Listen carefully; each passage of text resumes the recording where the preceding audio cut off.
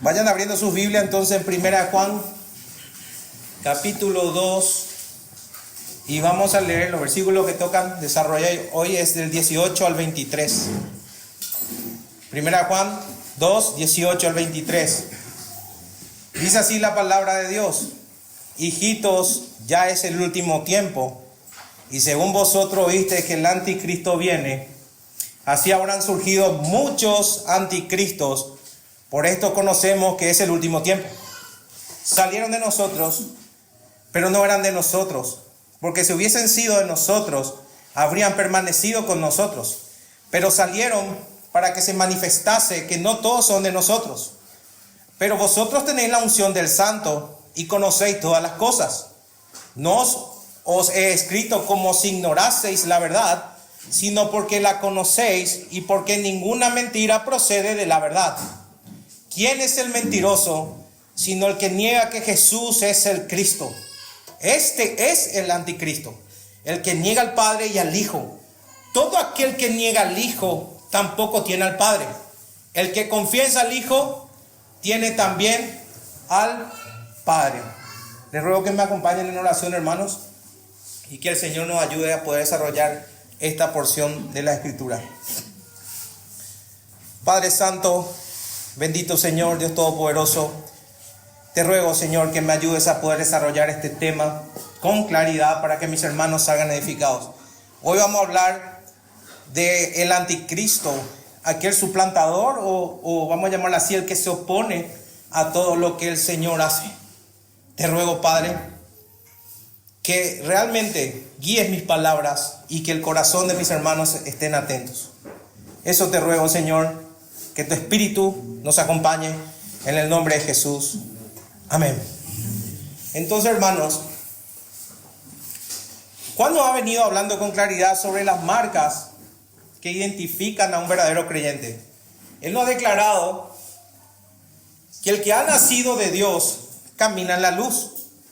Otra cosa que nos declaró: el que ha nacido de Dios guarda su mandamiento, ama a sus hermanos y no ama al mundo ni las cosas que están en el mundo. Eso nos ha venido diciendo hasta el momento. Pero ahora, hermano, en estos versículos que vamos a considerar el día de hoy, creo yo que Juan da un paso más en su advertencia pastoral. Él lo que hace es advertirte que no solo hay una lucha interna contra el pecado y una tensión con el sistema del mundo, sino que hay una oposición espiritual activa. Atiendan bien: oposición espiritual activa, peligrosa y engañosa. Juan nos dice que muchos anticristos, como recién leímos, han venido, y que eso es señal de que vivimos en la última hora. Ahora yo quiero que noten, hermanos, que Juan no está hablando solamente de una figura futura, sino de una realidad presente. Hombres y enseñanzas que se oponen a Cristo. Personas que niegan su persona, valga la redundancia, personas que niegan su obra y que buscan sin duda arrastrar a otros en su negación. Entonces, si nosotros conectamos con lo que venimos diciendo en los versículos anteriores, o sea, el llamado a no amar al mundo ni sus deseos, vamos a comprender aún más a qué se refiere. Básicamente es esto: todas las personas que aman al mundo y que han colocado sus intereses en oposición a Cristo son anticristos. Repito, todas las personas que aman al mundo y que han colocado sus intereses en oposición a Cristo son anticristos. Y yo sé que puede parecer fuerte lo que estoy diciendo. Es fuerte, pero es cierto. ¿Por qué? Porque algo que la Escritura nos viene enseñando, y desde Primera de Juan, es que no hay un punto medio. O estamos en Cristo, en la luz, o estamos contra Él, en las tinieblas. No hay punto medio. No lo hay. Así que nuevamente lo digo: no basta con que confiesen de una forma superficial. No basta con haber estado entre nosotros, sino que hay que permanecer en la verdad. No basta el estar aquí entre nosotros, sino que hay que permanecer en la verdad. Entonces en esta porción de la carta, lo que Juan quiere hacer, hermanos, es abrirte los ojos. Quiere que abra los ojos a una realidad. En medio de la iglesia hay una batalla. En medio de la iglesia hay una batalla. Pero deben saber que Dios ha provisto todo lo necesario para que sus hijos no sean engañados. Abran los ojos. La guerra no es solo afuera. La guerra también es en los que dicen ser parte de nuestra propia fila. Pero sepan ustedes que Dios te ha provisto todo lo necesario para que no seas engañado. Amén. Dios ha provisto todo. Entonces lo que vamos a hacer el día de hoy para poder sacar mejor provecho a esta porción es dividir el sermón en 3 puntos. El primero, que abarcaría el versículo 18 al 19, que sería la presencia de los anticristos y la realidad del último tiempo.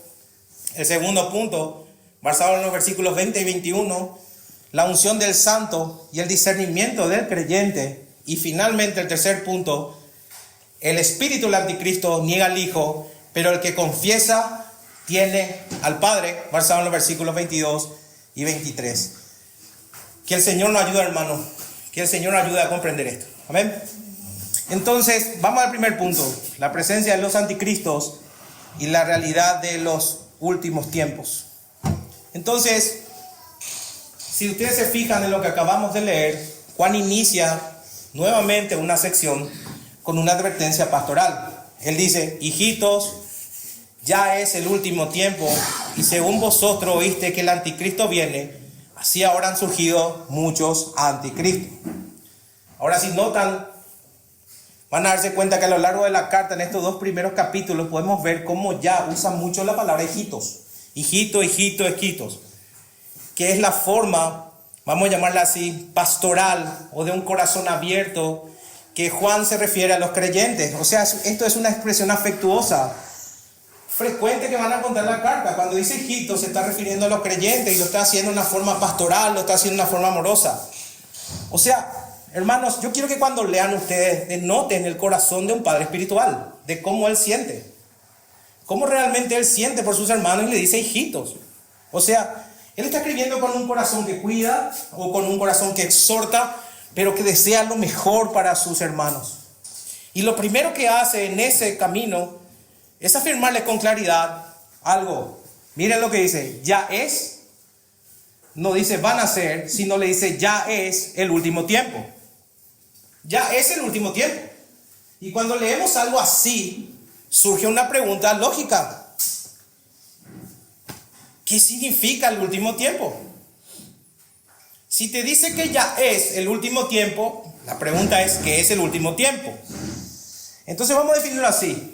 Cuando el apóstol Juan habla del último tiempo, no se está refiriendo a días finales, justo antes de la segunda venida del Señor Jesucristo, sino que se está refiriendo a una etapa presente en la historia redentora que ya había comenzado en su época.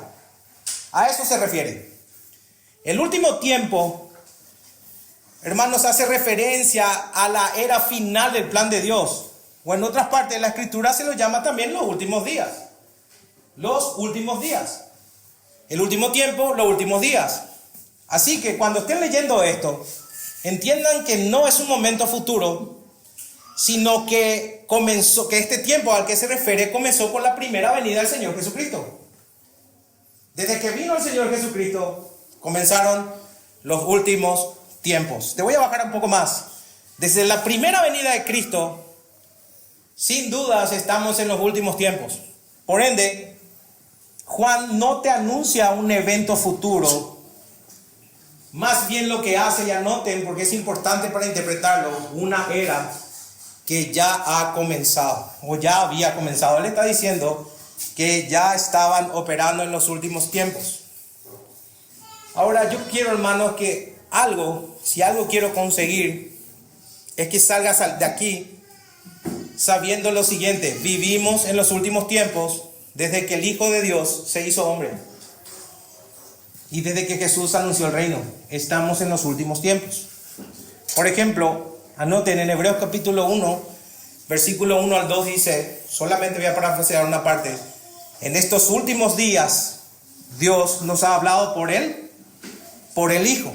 Otro ejemplo está en Hechos capítulo 2, versículo 17, donde Pedro da su primer discurso y hace referencia al cumplimiento de la profecía del profeta Jonás. Y dice lo siguiente, en Hechos capítulo 2, 17. Y en los postreros días, dice Dios, derramaré mi espíritu sobre toda carne. Y eso se cumple en Pentecostés. Y vuestros hijos y vuestras hijas profetizarán, y vuestros jóvenes verán visiones, y vuestros ancianos soñarán sueños. Por lo tanto, cuando nosotros nos referimos al último tiempo, no es algo que esperamos, ya es algo que lo estamos viviendo.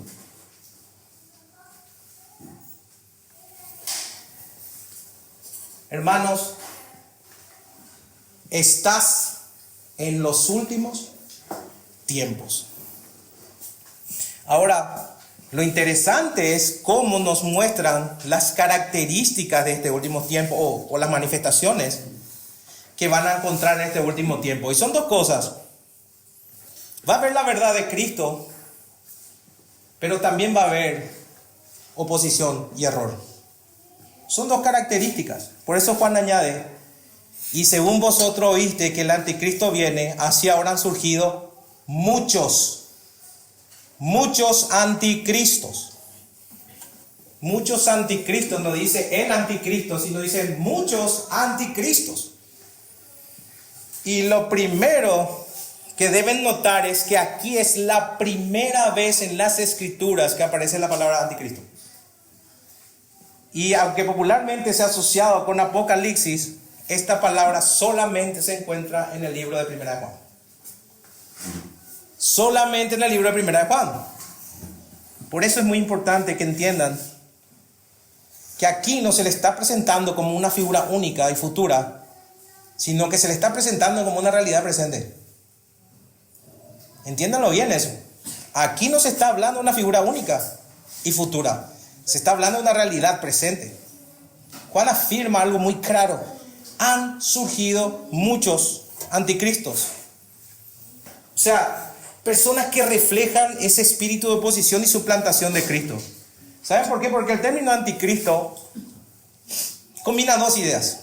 Dos ideas combinan. Anti, que puede significar tanto en contra como en lugar de. O sea, puede ser contra o puede ser una suplantación. Puede ser en oposición o puede ser suplantando. Por lo tanto, cuando decimos un anticristo, estamos hablando de alguien que se opone a Cristo, o alguien que quiere suplantarlo, o alguien que quiere reemplazarlo con una versión falsa de él. Hermanos, entiendan eso. Hay muchos anticristos, muchos, personas que se oponen o personas que quieren suplantarlo. Así que no se trata de un enemigo declarado de Jesús, sino de enseñanzas y líderes que dicen seguir a Cristo, pero lo niegan con su palabra y su vida.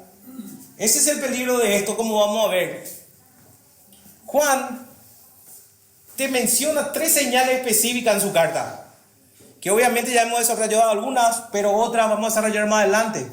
La primera, una característica del anticristo es que niega que Jesús es el Mesías, y eso está en Primera de Juan capítulo 2, versículo 22. La segunda es que niega la relación entre el Padre y el Hijo. También lo vimos en Juan 2, 22 a 23. Y la tercera, niegan que Jesucristo vino en la carne, como está en 1 Juan capítulo 4, versículo 3. Lo niegan. Pero por otra parte, creo que saber que existe un anticristo, lo más preocupante viene ahora. ¿De dónde salen? ¿De dónde salieron? El versículo 19 dice, ¿salieron de? ¿De dónde? ¿Salieron de? Salieron de nosotros, pero no eran de nosotros. La palabra nosotros, a partir de aquí aparece 5 veces. 5 veces usa la palabra nosotros. Lo que te va a denotar que el apóstol Juan distingue claramente entre los verdaderos creyentes, o sea, nosotros, y los que se apartan y niegan a Cristo. Pero una vez más, ejercicio. ¿De dónde salieron? ¿Estos anticristos de dónde salieron? De nosotros. La palabra nosotros, reitero, significa creyente. Y los que se apartan y niegan a Cristo son los anticristos. Entonces, sin duda lo que hace es denotarnos que Juan se está refiriendo como anticristo a personas que formaron parte de la iglesia. O gente que formó parte de la comunidad cristiana. O sea, lo que ustedes tienen que leer aquí es que había personas que estaban integradas en la iglesia, probablemente incluso llegaron a enseñar. Probablemente estaban en liderazgo también. Por eso Juan afirma, salieron de nosotros. Y para salir de nosotros tuvieron que haber estado con nosotros. Ahora, déjenme aclarar algo. Estas personas, aunque estaban entre los creyentes, Juan te deja bien en claro que nunca fueron verdaderamente parte del pueblo de Dios. Y lo dice de una manera tajante. Pero no eran de nosotros. A ver, salieron de nosotros. Eso quiere decir que alguien aquí puede ser. Y sale de nosotros. Pero el hecho de que salga no quiere decir que haya perdido la salvación, sino da fe de que nunca fue regenerado. No era de nosotros. O sea, significa que era un profesante, pero no poseedor de una fe salvadora. Mostraban quizás señales externas y religiosas, hermano. Ese es el problema. Atiendan bien, porque esto es para cualquiera, es una advertencia para cualquiera de nosotros. Porque quizás mostraban señales religiosas externas, pero la realidad era que nunca habían sido regenerados por el Espíritu Santo. Cuando yo estaba leyendo esta parte, se me vino a la mente lo que Jesús describe en Mateo 7, 21 al 23. Muchos me dirán en aquel día, Señor, Señor, ¿no profetizamos en tu nombre? Y en tu nombre echamos fuera demonios, y en tu nombre hicimos muchos milagros. Entonces le declaré, y atiendan bien, nunca os conocí, apartados de mí, hacedores de mal. Fíjense que nunca nos dice, yo les conocí, pero ahora les desconozco, sino dice, yo nunca les conocí. Ahora, ¿cómo sabemos esto? ¿Cómo sabemos que esto es así? ¿Cómo sabemos que la salvación nunca la tuvieron? Bueno, Juan mismo lo explica y dice, porque si hubiesen sido de nosotros, ¿qué iba a pasar? Habrían permanecido con nosotros. Habrían permanecido con nosotros. Y aquí Juan te está mostrando una distinción clara. Los que perseveran son los verdaderos creyentes. Pero los que se apartan y niegan a Cristo nunca fueron verdaderos creyentes. No es que perdieron la salvación, nunca la tuvieron. Ahora, ¿qué significa esto de perseverar? Y atiéndanme bien, hermanos, porque esto tienen que aplicar ustedes en su vida para saber cómo están. En este contexto, el perseverar, ¿saben qué significaba? Significaba ser fiel a la verdad revelada sobre Cristo. Fidelidad, sin ceder al engaño, sin modificar al evangelio. No había que ser como los falsos maestros que negaban que Jesús es el Cristo. En este contexto es también mantener la comunión viva con el Hijo y con el Padre. Es confesar sinceramente y no cayendo en la apostasía. Y finalmente, perseverar implica, miren esto, seguir caminar con el pueblo de Dios sin apartarse de la iglesia ni de la verdad. No existe tal cosa como el cristiano llanero solitario que pueda andar por su cabeza. Tiene que estar bajo una comunidad, bajo una iglesia. No deben comportarse como lo hicieron los que salieron de nosotros. Y el manifestar eso demostró que no eran verdaderos creyentes. Así que, hermanos, la perseverancia no es una cuestión de resistencia solamente, sino la perseverancia es permanecer firme en la verdad. No es una cuestión de resistir, es una cuestión de permanecer en la verdad, es permanecer en la comunión y es permanecer en el testimonio visible de la fe. Por eso nos viene hablando, el que ama al Señor ama a sus hermanos. Dios es luz y en Él no hay tinieblas. Es permanecer firmes en una verdad categórica, en la comunión y en ese testimonio visible que tiene que dar la iglesia.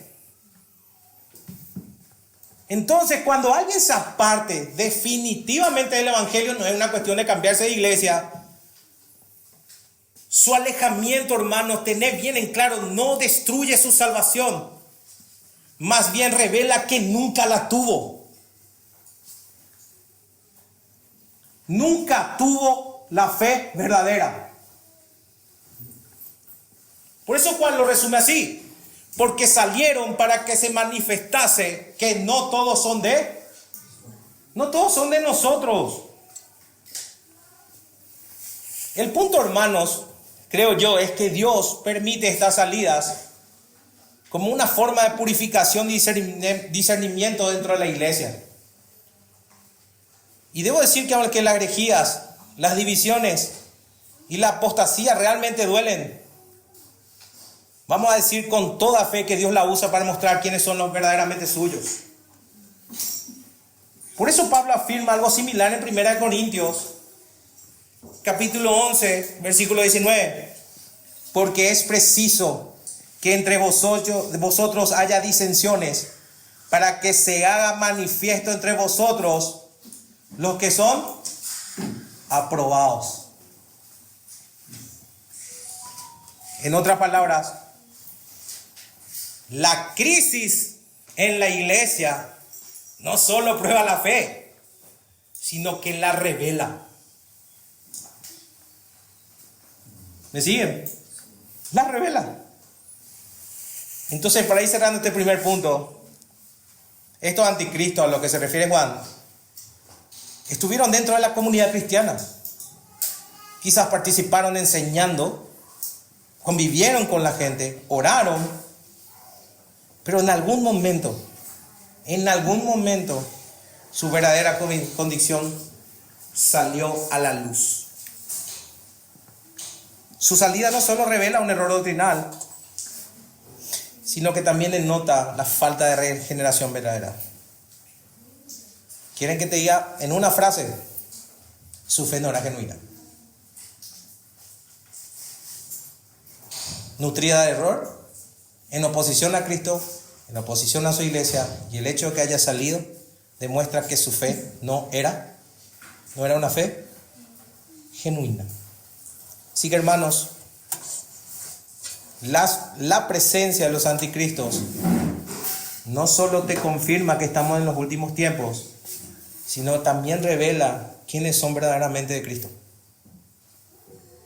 No todos los que estuvieron entre nosotros eran de nosotros. Es duro, ¿verdad? Personas que estuvieron caminando con nosotros quizás muchos años y de quienes nosotros amamos, estuvieron enseñando y fueron parte, hoy son enemigos de Cristo. No todo el que estuvo con nosotros es de nosotros.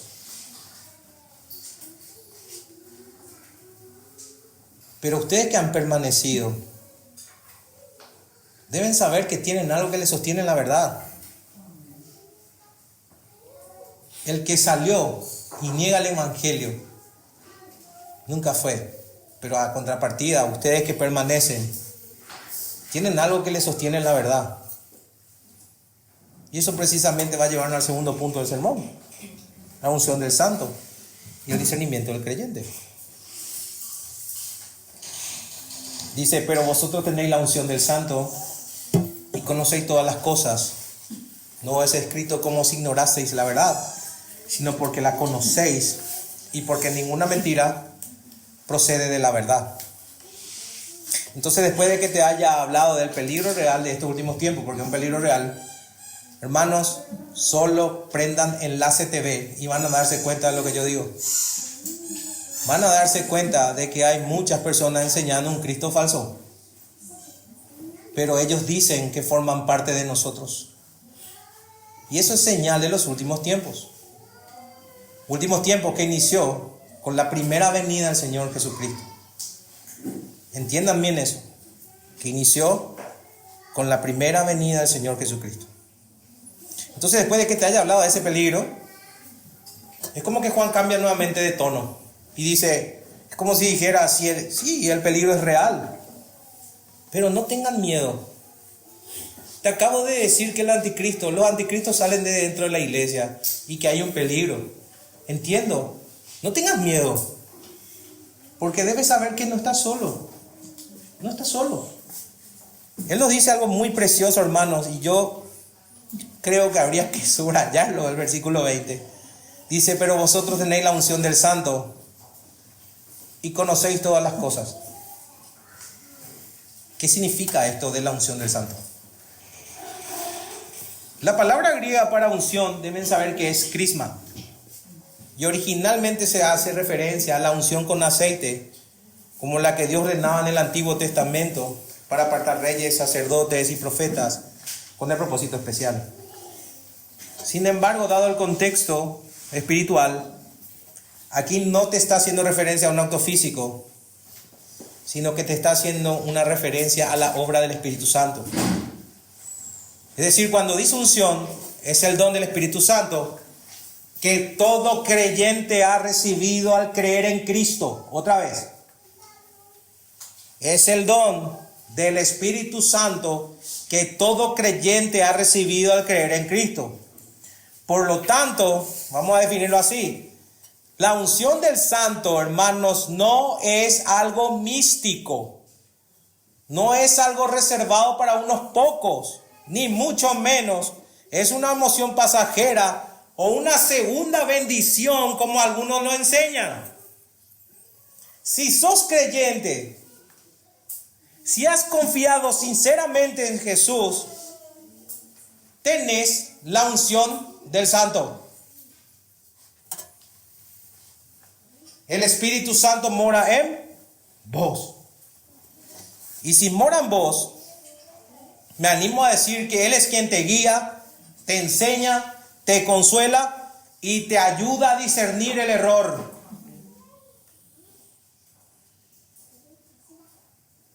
Reitero, te guía, te enseña, te consuela y te ayuda a discernir el error. Por eso el mismo Señor Jesucristo prometió enviar a este Consolador. En Juan 14:26 dice, mas el Consolador, el Espíritu Santo, a quien el Padre enviará en mi nombre, Él os enseñará todas las cosas, y os recordará todo lo que yo os he dicho. Un capítulo más adelante, en el 15, versículo 26, dice, pero cuando venga el Consolador, a quien yo os enviaré del Padre, Él dará testimonio acerca de mí. Así que, hermanos, la unción del Santo es el regalo de Cristo para todos sus verdaderos discípulos, para que permanezcan en la verdad. ¿Se entiende? Es el regalo del Señor. ¿Y qué produce esto en nosotros? Bueno, y Juan lo dice. Si tenés la unción del Santo, vas a conocer todas las cosas. Y cuando dice esto, se está diciendo lo siguiente: el Espíritu Santo te va a dar, hermano, discernimiento para conocer la verdad de Dios, especialmente en lo que hace referencia a Cristo. Ahora, esto no significa que vas a saber todo como si fuera un experto de cada tema. No está diciendo eso. Sino que vas a conocer todo lo necesario para saber y mantenerte firme en la fe y no dejarte engañar. Eso dice. Y vale la pena aclarar en este punto que el Espíritu Santo no revela cosas nuevas. El Espíritu Santo no revela cosas nuevas. El Espíritu Santo no es que te revela fuera de la Escritura. ¿Por qué? Porque acabamos de leer que Él te va a recordar que es lo que Jesús enseñó. Y lo que hace es ayudarnos a vivirlo. Permítame leerles cómo es que el catecismo de Heidelberg lo resume con una pregunta. El catecismo de Heidelberg dice: ¿por qué se te llama cristiano? Y responde: porque por la fe soy miembro de Cristo y, por consiguiente, participante de su unción, a fin de que dé testimonio de su nombre y me ofrezca a Él como sacrificio vivo de gratitud. Luche contra el pecado y el diablo y reine con Él eternamente sobre todas las criaturas. Qué consuelo enorme es leer esto, hermanos. Ser cristiano, entonces, es participar en la unción de Cristo. Es el Espíritu Santo en nosotros. Es caminar en la verdad. Es ser agradecidos. Es luchar contra el pecado. Y evidentemente eso es permanecer firme en la verdad.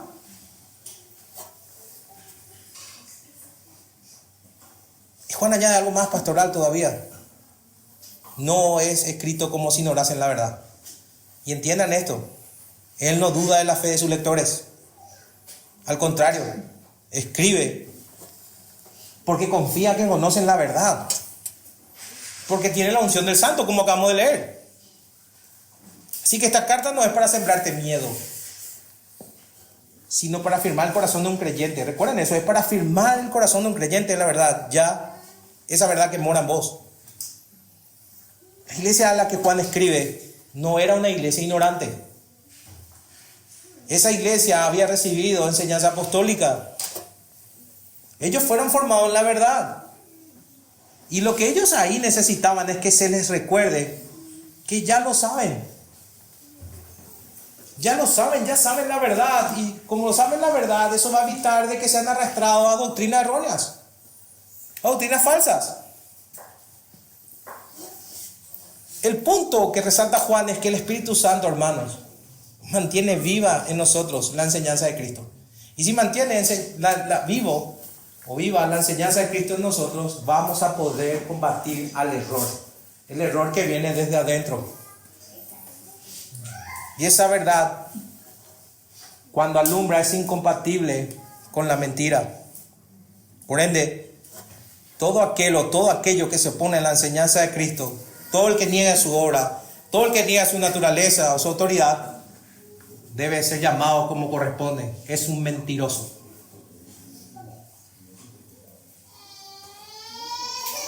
Eso te está diciendo. ¿Por qué? Porque ninguna mentira puede proceder de la verdad.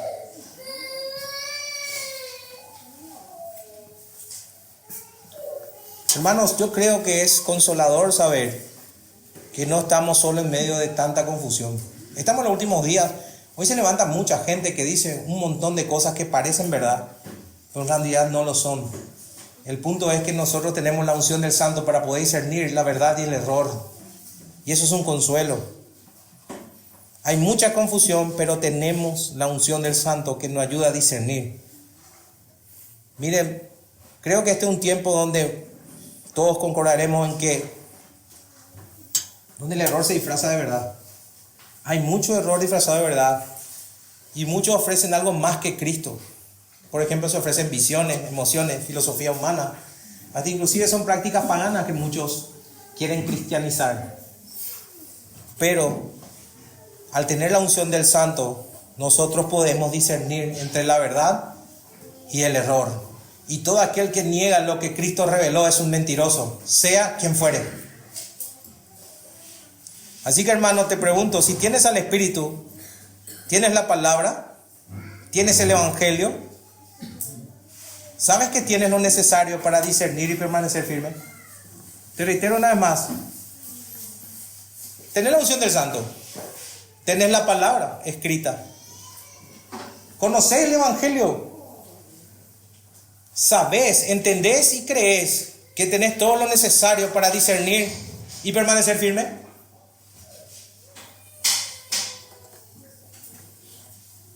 Si tu respuesta es sí,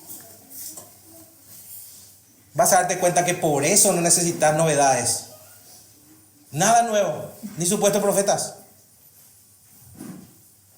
Vas a darte cuenta, lo que en verdad necesitas es permanecer en lo que ya has recibido.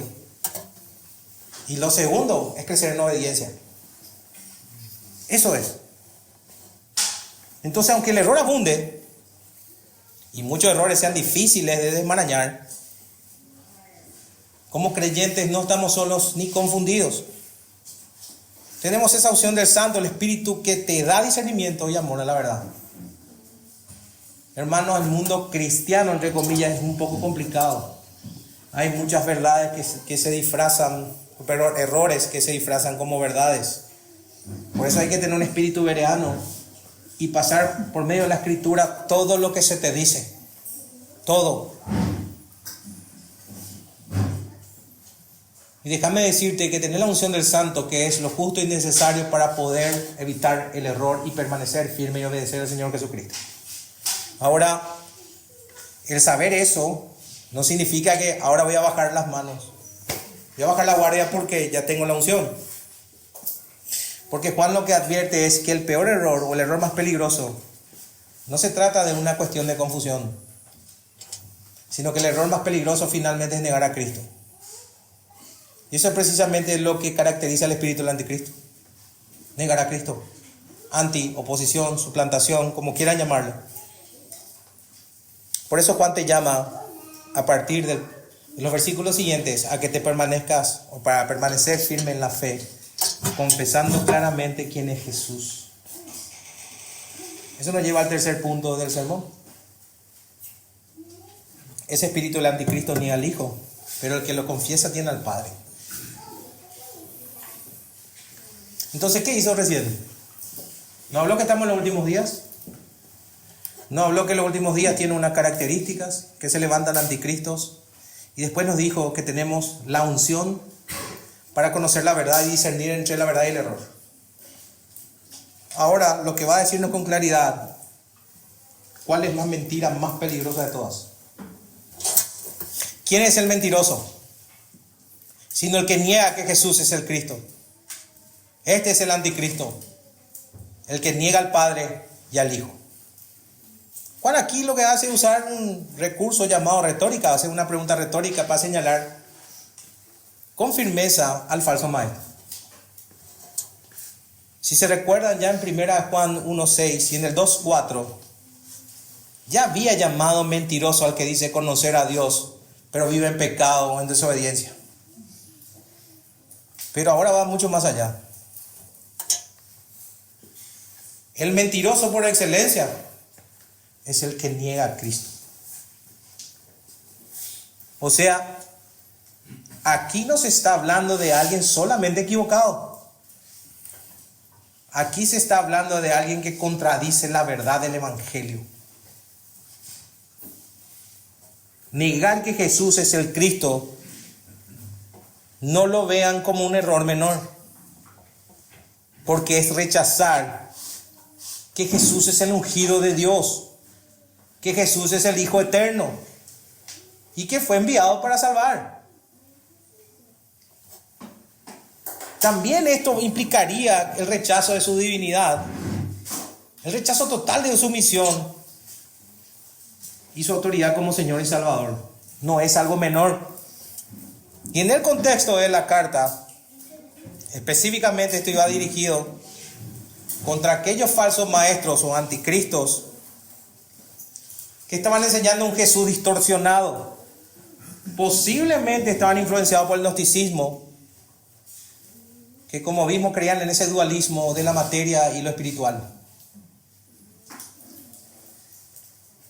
Por eso Juan sentencia, este es el anticristo. Y reitero, no se habla aquí de una figura lejana y misteriosa, sino un espíritu que ya está presente y operando en el mundo.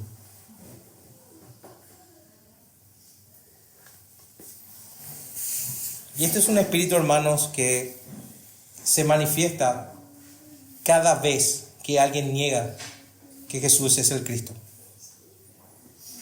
Cada vez que alguien rechace la identidad del Señor Jesucristo y de que fue enviado para salvarnos, ese espíritu opera. O sea, esto no se trata solamente de ateísmo o de otras religiones, sino también de enseñanzas dentro del ámbito cristiano. Ese es el problema, que distorsionan quién es Jesús. Algunos pastores lo reducen como un buen maestro, o como una buena fuente de moral, o como un profeta, o como alguien que puede cumplirte tus sueños, pero no lo reconocen como el Mesías. No le reconocen como el Hijo Eterno, ni como Dios encarnado. Te enseñan que es aquel que puede cumplir tus sueños si solamente lo declaras y crees. Pero nunca te hablaron de la redención, del problema del pecado del hombre y cómo Cristo vino a salvarte. Por eso es que Juan nos suaviza sus palabras. Quien niega al Hijo no tiene al Padre.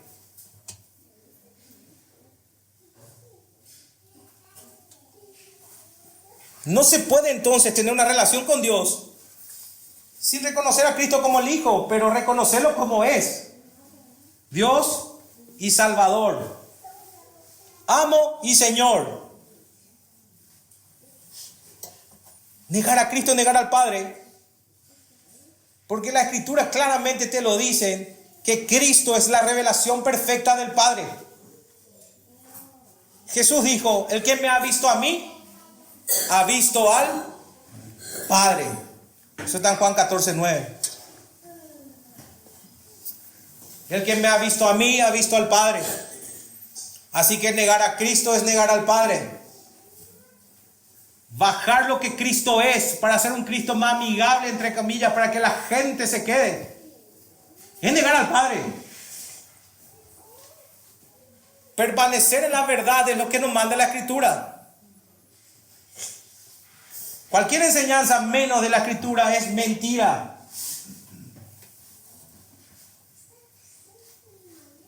Negar a Cristo es negar al Padre, porque Cristo es la revelación perfecta. Pero a contrapartida, hermanos, la verdadera fe confiesa al Hijo y dice que tiene al Padre. Y esta es una señal de la fe verdadera: confesar que Jesús es el Cristo, el Hijo de Dios y Salvador del mundo. Ahora, déjame aclararte algo. No es repetirlo, como van las palabrerías continuas, sino abrazar esta verdad de todo corazón, confiar en Él como el único mediador, como el camino, la verdad y la vida, hermano. Y esto no es una cuestión de saber el versículo, sino de abrazarlo como tu verdad.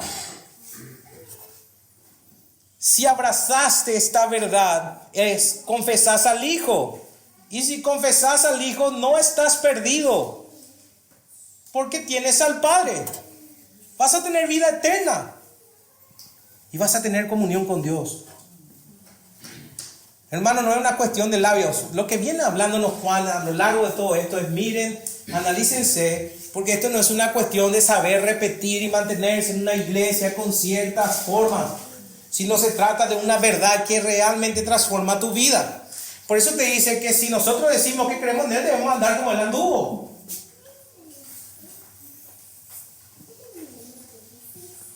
Y debemos confesar al Hijo. Y si confesas al Hijo, no estás perdido. ¿Por qué? Porque tienes al Padre y tienes vida eterna. Y finalmente tienes comunión con Dios. Qué gran verdad eso. En conclusión, no todos los caminos llevan a Dios. No todo el que parece espiritual es de Dios. No basta con hablar de Dios o de tener fe, si esa fe no está puesta en Jesucristo. Vos podés sentirte cómodo con nosotros. Te puede gustar este ambiente. Te puede gustar las compañías porque somos amigables. Pero eso no significa que sos creyente.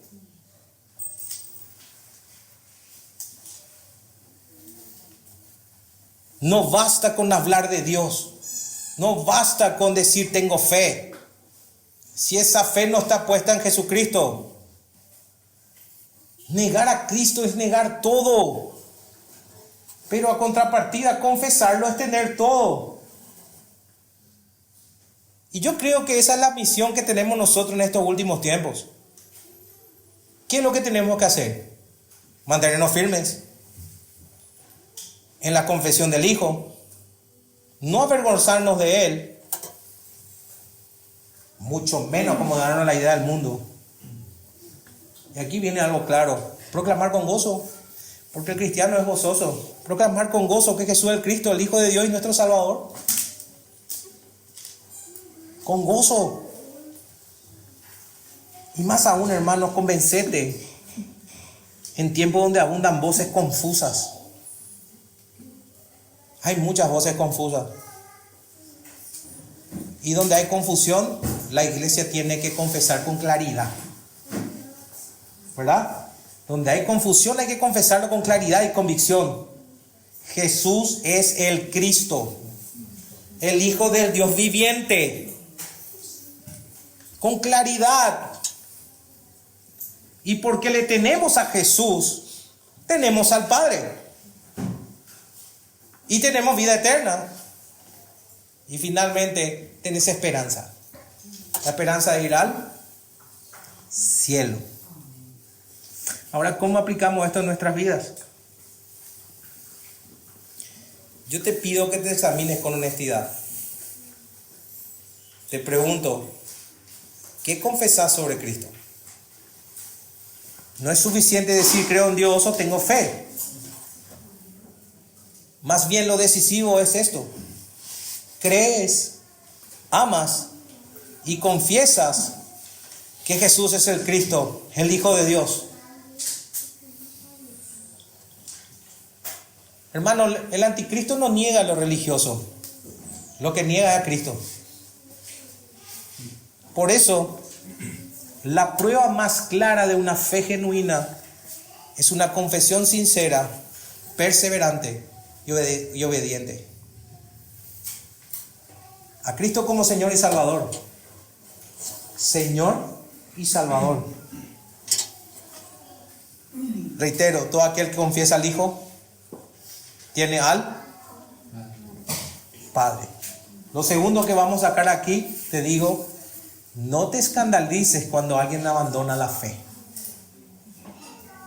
Cuando alguien que parecía ser fiel se aparta, duele, pero no debe sorprenderte. Juan dice, salieron de nosotros, ¿recuerdan? Pero no eran de nosotros. Pero quiero aclararte que la apostasía no es un fracaso de Dios ni de su iglesia, sino la manifestación de una fe que nunca fue verdadera. Ahora, yo creo que esto debe llevarnos a orar por ellos. Sí. Pero también debe llevarnos a fortalecer a los que permanecen. Tercer punto que te recomiendo es que fortalezcas tu discernimiento con la palabra. Una vez más, hay muchísimas voces y de todo tipo. Algunos suenan muy cristianos, pero niegan verdades esenciales. Así que, hermanos, tus emociones y tu experiencia, cuidado con eso. Necesitan estar afirmadas en la palabra. Y yo creo que debemos decir al salir de aquí, gracias Señor, porque tengo todo lo necesario para mantenerme firme. Tengo al Espíritu Santo que mora en mí y tengo la palabra que me guía. Así que, hermanos, yo creo que debes cultivar una vida de oración, una vida de lectura bíblica y una vida de comunión con los hermanos firmes. 3 cosas vitales. En cuarto lugar, hermano, afírmate en la doctrina de Cristo, porque esa es tu ancla en medio del error. Yo creo que hay muchos anticristos hoy. Por eso, lo más sano que puedes hacer por tu alma y por tu familia es conocer bien quién es Cristo, según las Escrituras, obviamente, y amarlo y confesarlo con fidelidad. No sigan Jesuses moldeados por el mundo, o por influencers, o por músicos, o por sentimientos, o por nuevas revelaciones. Deben seguir al verdadero Cristo, el eterno Hijo de Dios, hecho carne, crucificado y resucitado, que va a venir de nuevo. En quinto lugar, quiero que recuerden que confesar a Cristo es tenerlo todo. Si tenés al Hijo, tienes al Padre. Así que tenés perdón, vida eterna, esperanza segura, comunión verdadera y herencia celestial. Hermanos, yo te ruego que no tengas miedo de confesar su nombre, aunque el mundo se te oponga y todo venga cuesta abajo. No calles cuando otros niegan a Cristo, porque tu fidelidad puede ser luz para otros. Y sexto y último, quiero que salgas de aquí viviendo con la conciencia de que estamos en los últimos días. Juan dice claramente, hijitos, ya es el último tiempo. Así que esto no es una declaración simplemente teológica, es un llamado urgente a vivir con discernimiento y sobriedad. Desde la primera venida de Cristo hasta hoy, estamos en la etapa final de la historia redentora. O sea, el tiempo de gracia corre hacia su final, hermanos. Quiere decir que el momento que el Señor Jesucristo subió, en cualquier momento puede venir. Puede ser mañana, puede ser ahora dentro de 10 minutos, puede ser dentro de 5, pero en cualquier momento puede venir. Pero también tengan en cuenta esto. También en cualquier momento nosotros podemos partir a su presencia. O sea, el Señor puede venir en cualquier momento. Pero a contrapartida le digo, también nosotros podemos partir a su presencia en cualquier momento. Por eso, te animo a que no vivas como si fuera que tiene el tiempo del mundo. Lo segundo es, no te vayas que acomodar al mundo. Ese mundo que está pasando. Tercero, no seas indiferente a la realidad espiritual de tu alma. Miren lo que dice Hebreos. Abran su Biblia en Hebreos 10:37.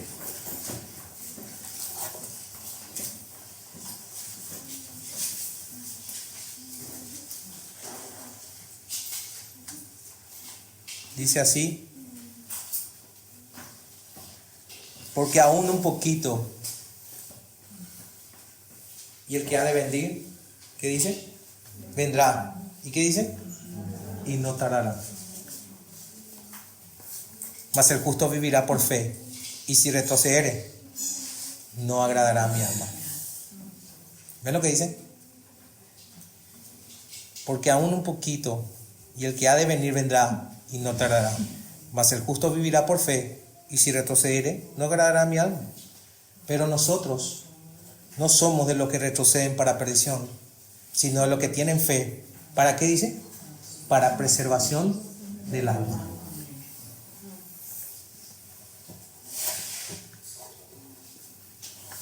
O sea, la conciencia del último tiempo no debería generarte miedo. Más bien debería ser vigilante, darte esperanza. Y acá viene una palabra clave. Debería darte el sentido de urgencia. ¿Sentido de urgencia para qué? Para crecer en santidad. Pero por sobre todas las cosas, para compartir el Evangelio. Vela por tu alma y la de tus hermanos, pero predica al Cristo crucificado. En cualquier momento Cristo vuelve, amén. ¿Verdad? ¿Lo creen? Cristo vuelve. En cualquier momento. Estamos en los últimos tiempos. En cualquier momento puede venir. Amén. Vamos a orar.